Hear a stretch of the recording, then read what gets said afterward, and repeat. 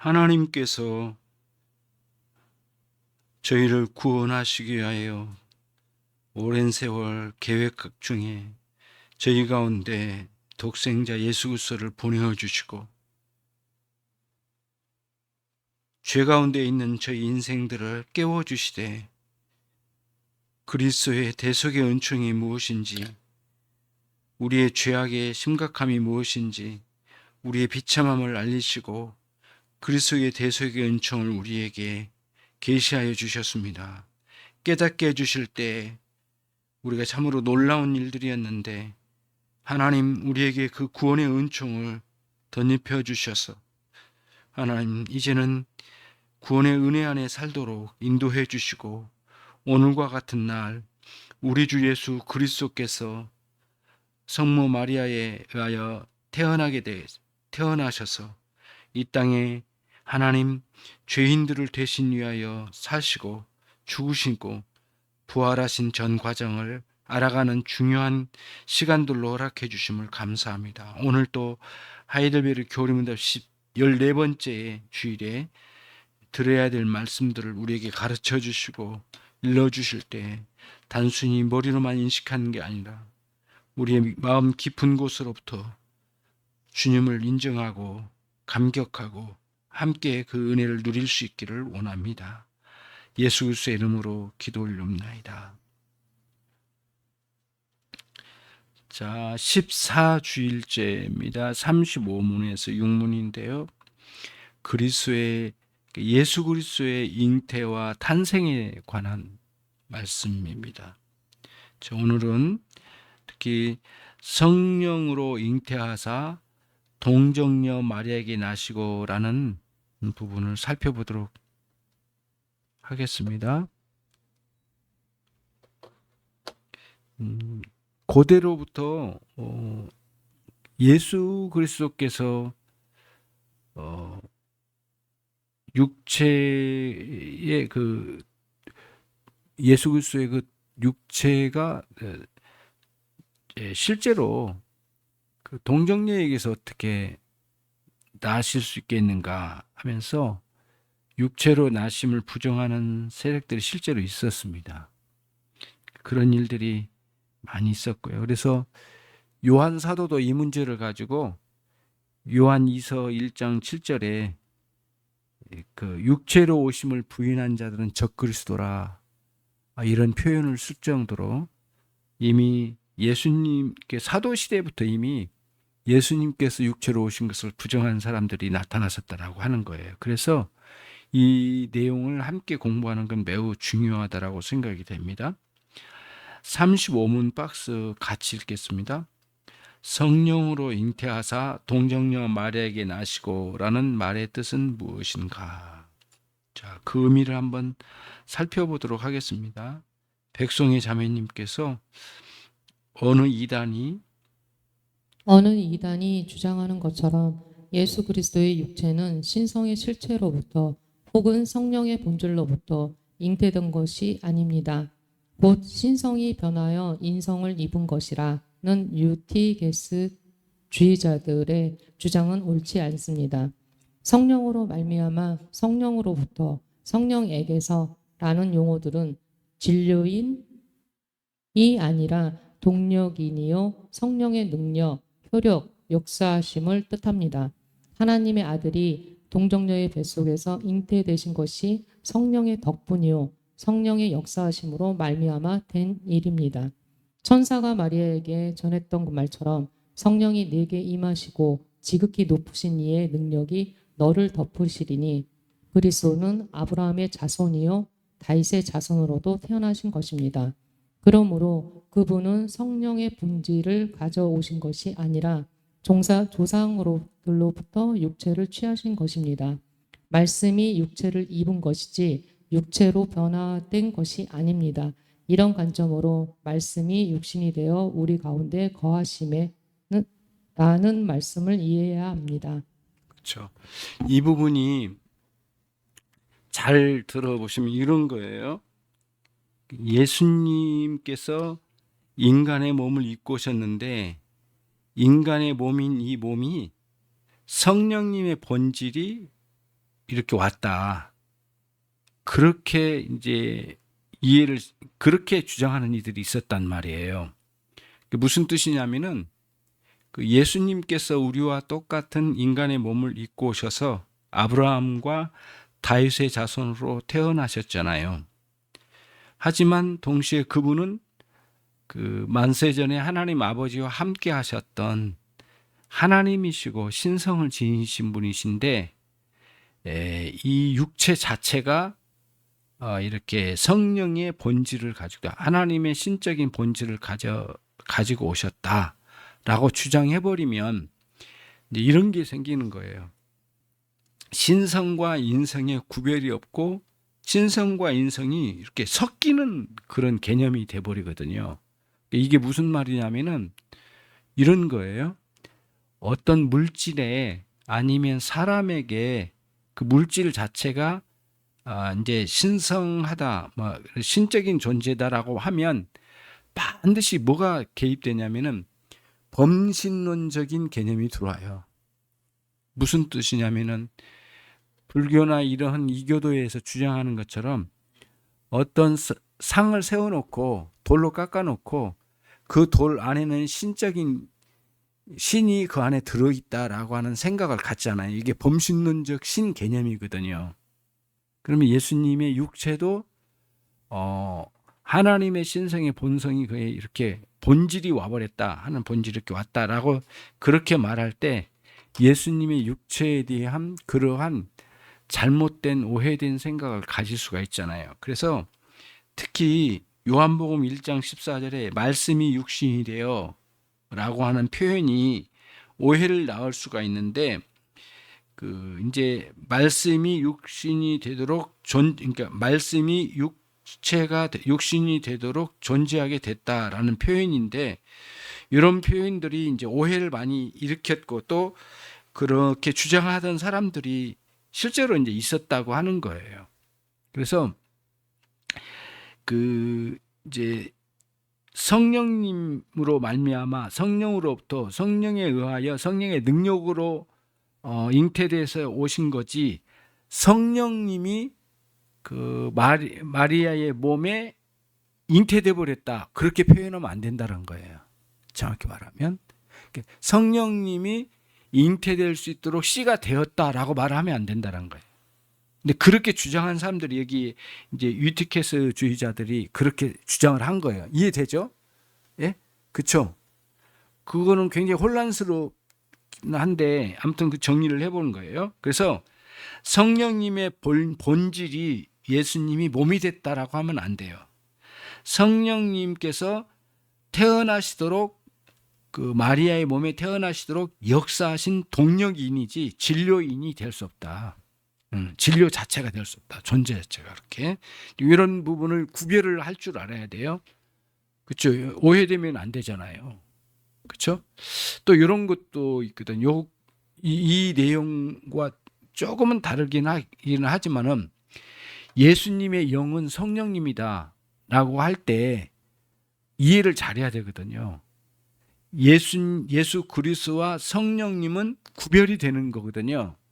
근데 우리의 이제 우리들의 영혼이 있는데 우리 영혼인 것처럼 예수님의 영혼이 성령님이다 그렇게 이해하면 안 된다는 거예요. 무슨 말씀인지 알겠죠? 성부, 성자, 성령님이 구별이 되시는 분인데 그렇죠? 예수님의 영혼은 성령님이다 이렇게 말하면 안 되는 거죠. 그렇죠? 영혼과 육체를 온전히 입고 우리 사람처럼 온전히 입고 오신 예수님이시니까 성령님 이제 예수님의 영혼은 성령님이다 말해버리면 아까 유티케스주의자들하고 똑같은 이야기가 돼버린 거예요. 그렇게 주장을 해왔거든요, 얘네들이. 그렇죠? 예수님의 육체적인 존재가 성령님이 그렇게 변화돼서 됐다. 일부 본체가 이렇게 그렇게 주장은 있을 수가 없는 거죠. 그런 부분을 정리를 해야 돼요. 그래서 성령으로 잉태하사라고 하는 이 부분을 그렇게 이해해야 한다라고 하는 것을 말씀드린 겁니다. 답 1번 같이 읽습니다.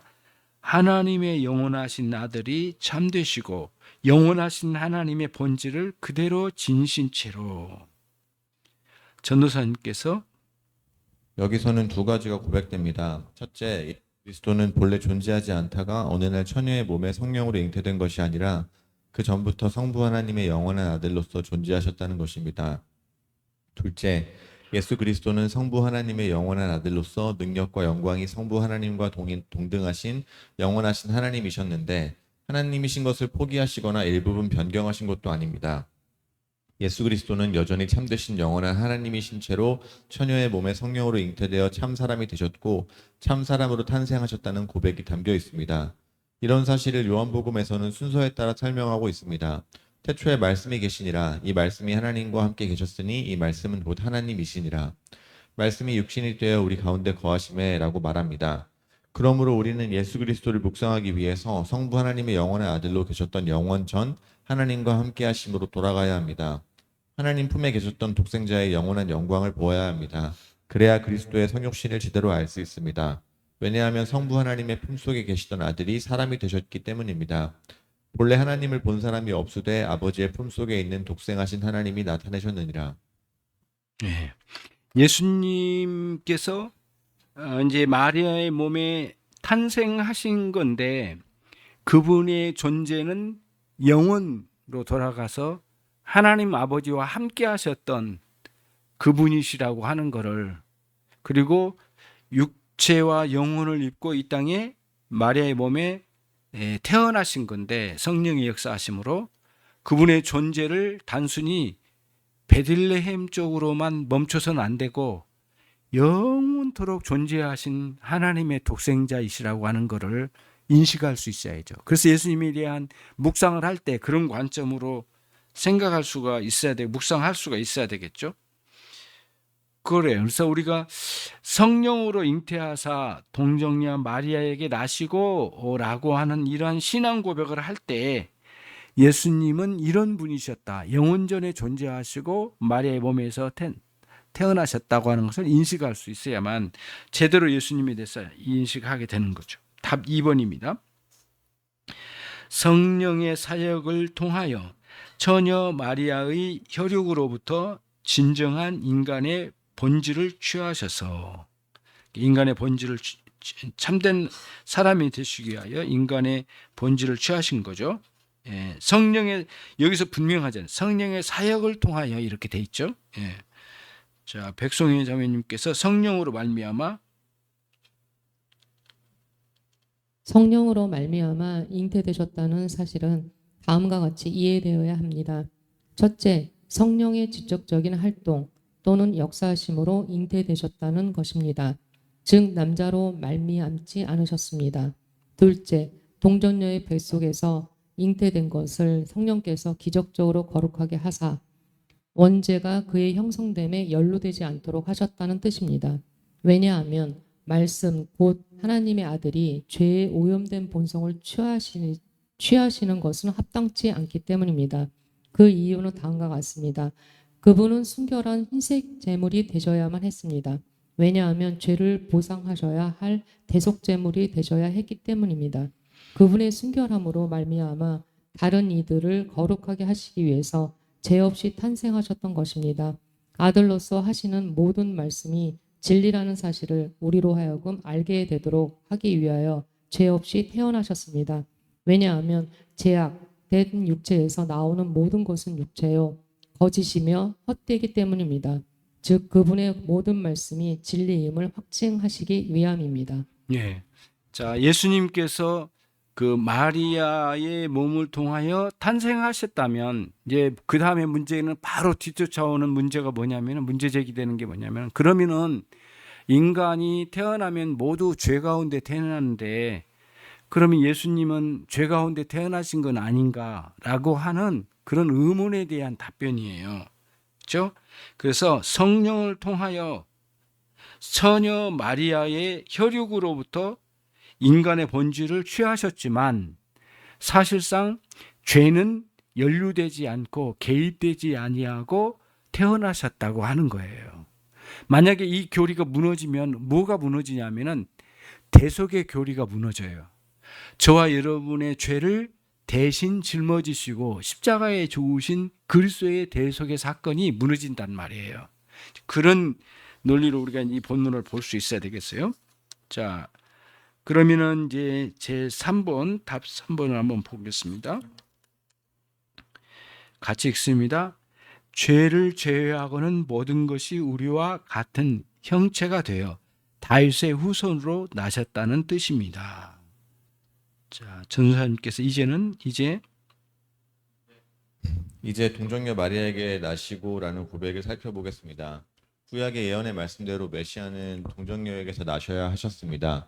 보라, 처녀가 잉태하여 아들을 낳을 것이요 그래야만 그분은 죄 없으신 대제사장이 되시며 또 우리의 영적인 중생의 예표가 되실 수 있으셨습니다. 사도신경의 이 항목이 첨가된 것은 다음과 같은 목적을 지니고 있습니다. 1. 하나님의 아들이 인성을 취하셨다는 진리를 나타내고자 함입니다. 이는 곧 그리스도께서 성령의 능력으로 말미암아 잉태되셨고 모친 마리아의 본질로부터 참 사람으로 나셨다는 사실을 고백하기 위함입니다. 2. 그리스도께서 마리아의 조상들의 혈통으로 나셨다는 것을 알게 하고자 했던 것입니다. 즉 예언의 말씀대로 그분은 아브라함과 다윗의 자손이셨습니다. 3. 여자의 후손은 내 머리를 상하게 할 것이요라고 선언하셨던 대로 성경을 성취하신 것을 우리로 알게 함입니다. 4. 그리스도께서 성령의 능력으로 말미암아 동정녀의 뱃속에서 거룩하게 되셨습니다. 따라서 그리스도는 순결하시며 죄가 없으신 분이라는 사실을 우리로 알게 하려고 한 것입니다. 5. 그리스도의 탄생과 신자의 중생 사이에는 여러 가지 면에서 유사한 특징을 보여줍니다. 즉 그리스도께서 동정녀에게서 나심은 우리의 영적인 중생을 보여주는 하나의 표징입니다. 즉 우리의 중생은 혈통으로나 육정으로나 사람의 뜻으로 된 것이 아니라 오직 하나님으로부터 된 것입니다. 이런 사실을 우리에게 알게 하려고 사도신경의 이 항목이 담겨진 것입니다. 예, 그렇죠. 여러 가지 이제 이 항목, 다시 말하면 동정녀 마리아에게 나시고라고 하는 이 항목은 무엇을 담지하고 있는가? 그러니까 이 5가지의 교리가 여기에 담겨진 거죠. 사도신경을 우리가 외우고 신앙 고백을 할 때 사용하지만 우리는 이러한 신앙 5가지 항목이 들어있는 내용을 알고 또 고백하고 믿고 있다고 하는 것을 신앙 고백화하는 거예요. 굉장히 중요하죠. 그래서 죄 없으신 것도 그 안에는 담겨져 있고 또 마리아의 몸을 통하여 탄생하신 것도 우리들이 알고 또 이렇게 탄생하신 것은 그 죄가 개입하지 않을 수 있는 일과 또 하나는 뭐가 또 하나 중요하게 대두되냐면은 우리가 성령으로 거듭날 때 전혀 죽어있던 우리 같은 인생이 또 이렇게 영적으로 살아서 영원한 삶으로 바뀌어지는 놀라운 중생의 역사가 있잖아요. 그러니까 그러한 역사도 이러한 마리아에게서 탄생하신 예수 그리스도가 하나의 우리의 예표로 이런 예표로 보여주셨다고 하는 점에서 굉장한 메시지가 있는 거죠. 그렇죠? 예수님께서 영원히 죽지 아니하실 인간의 몸을 입고 태어나셨다. 여기에 이제 그러한 맥락에서 굉장히 놀라운 일이죠. 그래서 영적 출생인 중생의 문제와 연관지어서 생각해 볼 수 있는 중요한 툴이 여기에 이제 예표적으로 주어진 거예요. 36문을 같이 읽습니다. 예수님의 거룩한 잉태와 탄생으로 말미암아 우리가 얻는 유익은 무엇입니까? 백송희 자매님께서 그리스도의 거룩한 잉태와 탄생으로부터 비롯되는 유익에는 2가지가 있습니다. 첫째, 그리스도께서 중보자라는 우리의 믿음이 확증된다는 것입니다. 둘째, 우리가 그분을 통하여 하나님 앞에서 의롭다 하심을 얻는다는 위로가 담겨 있습니다. 중보자는 본성적으로 참 하나님이요 참 사람이어야 했습니다. 그래야만 우리를 위하여 값주고 사신 구원을 보존하실 수 있는 것입니다. 이러한 대제사장은 우리에게 합당하니 거룩하고 악이 없고 더러움이 없고 죄인에게서 떠나 계시고 하늘보다 높이 되신이라. 예. 자, 이제 만약에 앞에 그 5가지 항목에 뭐가 이렇게 받아들여지지 않는다면 사실 예수님은 우리의 충분하고 완전한 중보자가 못 되신단 말이에요. 거기에 하나라도 빠져 있다면, 그래서 우리의 중보자여 완전한 구원주가 되시려면 앞에 5가지 요소들이 충분히 내재되어 있어야 되잖아요. 그러니까 우리가 그 예수님께서 마리아의 몸에 탄생하셨다고 하는 간단한 것 같지만은 사실은 굉장히 중요한 기독교 교리와 연동되어 있다고 하는 것을 생각해야 되겠죠. 자, 그러면 자, 답 박스에 있는 내용 같이 읽겠습니다. 그가 우리의 중보자가 되셔서 흠 없고 완전한 성결로서 잉태될 때부터 가지고 있는 우리의 죄를 하나님 앞에서 제하여 주시는 것입니다.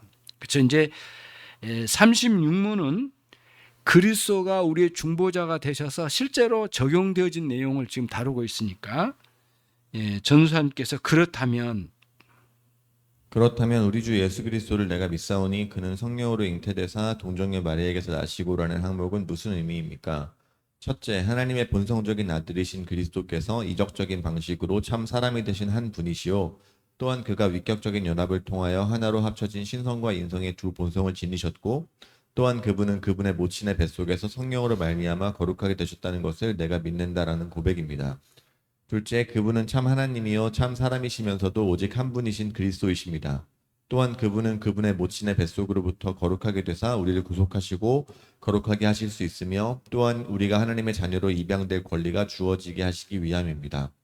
만약 그분이 먼저 거룩하게 되지 않으셨다면 이런 일을 행하실 수가 없습니다. 네, 그렇죠. 그렇죠. 그리스도께서 마리아에게 탄생하신 이 사건을 이 사건 안에 그러니까 사건이 있지만은 그 사건이 의미 없이 주어진 게 아니라 이렇게 아주 완벽하게 우리의 완전한 중보자로서 한편으로는 하나님이시고 또 한편은 완전한 사람이시면서 하나님과 우리 사이 완전한 중보자요 구원주로 오시기에 완벽하게 오셨다고 하는 거예요. 그러니까 동정녀 마리아에게 탄생하신 자체가 이미 완전한 구속주, 완전한 중보자를 갖추셨다고 하는 것을 고백하는 거죠. 자, 그러므로 우리는 사도신경의 고백을 통하여 예수님의 잉태와 탄생을 바라보면서 예수 그리스도께서 우리의 모든 죄를 십자가에서 다 짊어지시고 값을 다 지불하심으로써 하나님의 공의를 만족해 하시고 우리에게는 완전한 용서와 의와 거룩함을 가져오셨다는 사실을 확신할 수 있게 되는 것입니다. 사도 바울은 다음과 같이 그리하여 증언했죠. 고린도전서 1장 30절 말씀인데요.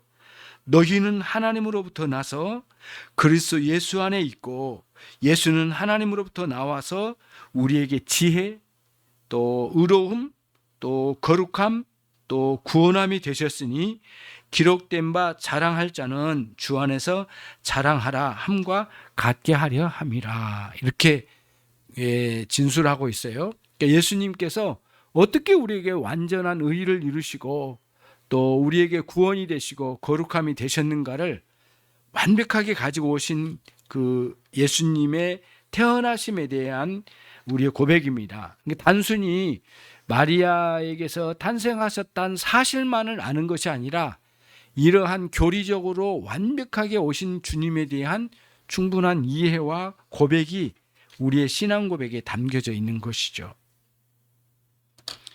감사합니다. 오늘 또 저희들에게 주신 말씀을 통해서 특별히 우리 주 예수 그리스도 동정녀 마리아에게 탄생하시게 한 사건은 단순한 신비한 사건을 보여주신 것이 아니라 우리의 완전한 구속주이시고 우리의 하나님과 우리 사이에 완전한 중보자로 오셨다는 사실을 계시해 주시는 아주 중대한 사건이고 이적이었음을 우리에게 다시 한번 가르쳐 주셨습니다.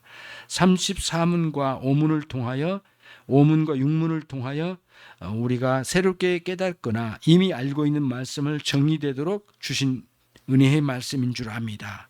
한 주간 우리의 삶이 더 우리 주 예수 그리스도와 동행하는 삶이 되도록 인도해 주시고 새롭게 해 주옵소서. 예수 그리스도의 이름으로 기도 올리옵나이다. 아멘.